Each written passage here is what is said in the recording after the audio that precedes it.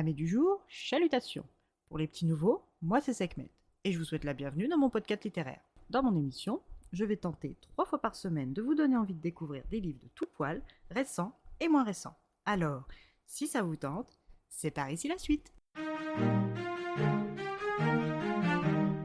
Aujourd'hui, je vais vous présenter le premier tome des Chroniques de Sélène, La Lune Rouge de Lise Besse, paru en autopublication. Dans ce premier tome de la saga, nous allons faire la rencontre de Sélène Enodia, 20 ans.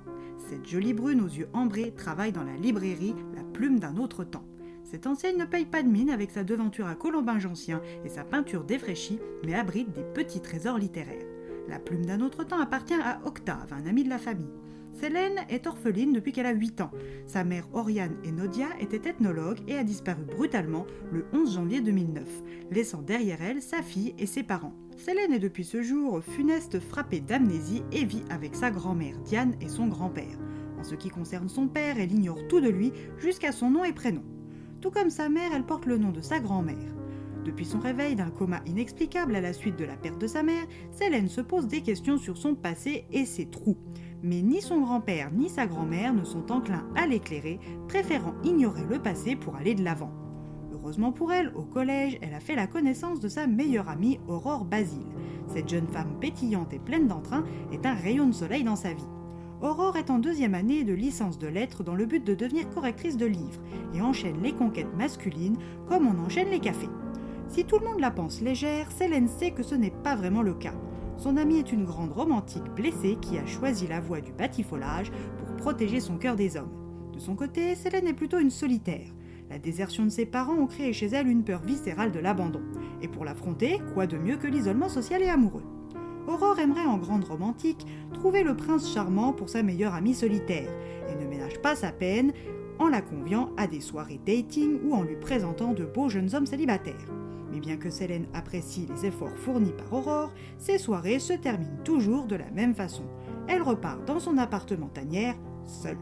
Un soir, en rentrant de la librairie après une rude journée et un bon mal de crâne, Sélène est coincée dans le métro à cause d'une averse violente.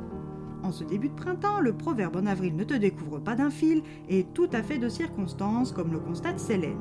Bien que trop légèrement vêtue pour affronter un tel déluge, elle a hâte de se retrouver dans son canapé et de clôturer cette épouvantable journée.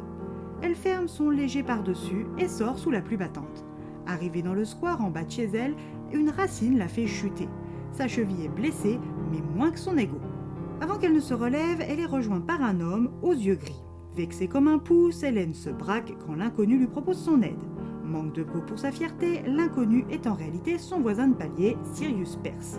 Ce jeune homme, qui il faut le reconnaître est plutôt séduisant, a le même âge qu'elle et est en 2e année de licence d'histoire dans un parcours pour devenir archéologue. Sélène raconte sa mésaventure à Aurore et celle-ci, en bonne marieuse, veut absolument le rencontrer. Sélène fait sa bravache et sonne à la porte voisine, quand un intrigant blond aux yeux verts ouvre la porte. Orion Lemnos est un ami de licence d'histoire que Sirius a rencontré l'été précédent sur un site de fouilles grecques. Sélène est tétanisée et c'est donc Aurore qui prend le relais, prétextant avoir besoin d'eux pour faire des crêpes. L'excuse bidon fonctionne et un rendez-vous est pris pour le dimanche afin de faire connaissance entre voisins. Ce que Sélène et Aurore ignorent, c'est que Sirius connaît Sélène depuis l'école primaire, avant ce tragique jour de janvier, 12 ans plus tôt. Il croit à tort que son ami d'enfance l'a oublié et l'a cherché partout comme il se l'était promis. Le jour du goûter arrive et les présentations sont correctement faites. Ce qui trouble Sélène, c'est que Sirius semble bien la connaître alors qu'ils ne se sont rencontrés que très récemment, mais aussi le fait qu'elle se sente très, voire peut-être trop à l'aise en sa présence, comme si ils se connaissaient déjà bien. Aurore constate la même chose et est partagée entre la joie que son amie ait peut-être rencontré le bon et la peur qu'elle soit blessée de nouveau. Mais son cœur d'artichaut est déjà en train de battre pour le bel Orion et elle doit se méfier elle aussi si elle ne veut pas souffrir. Depuis leur rencontre avec Sirius et Orion, rien ne va plus dans la tête de Sélène. Des cauchemars l'assaillent chaque nuit, la privant de trop d'heures de sommeil pour qu'elle puisse tenir longtemps comme ça. Et la tisane offerte par Sirius n'est pas d'un grand secours. De plus, elle commence à avoir des hallucinations visuelles et auditives. Une petite fille lui ressemblant la harcèle avec des paroles toutes plus fielleuses les unes que les autres, rendant son quotidien de plus en plus dur.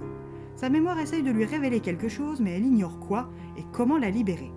Son état empire et ses sourires de façade ne suffisent plus à Sirius ou à son nouveau collègue Endymion, dit Eddie, le neveu de son patron Octave.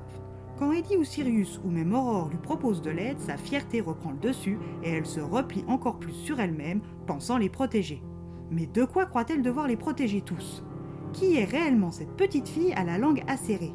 Arrivera-t-elle à s'ouvrir aux autres ? Selene retrouvera-t-elle ses souvenirs ? À vous de l'accompagner pour le savoir.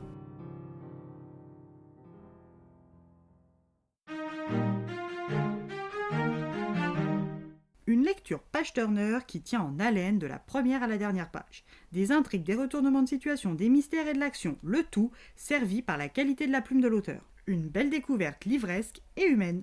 Et bien voilà, j'en ai fini pour aujourd'hui. J'espère que cet épisode vous aura plu et vous aura donné des nouvelles idées de lecture.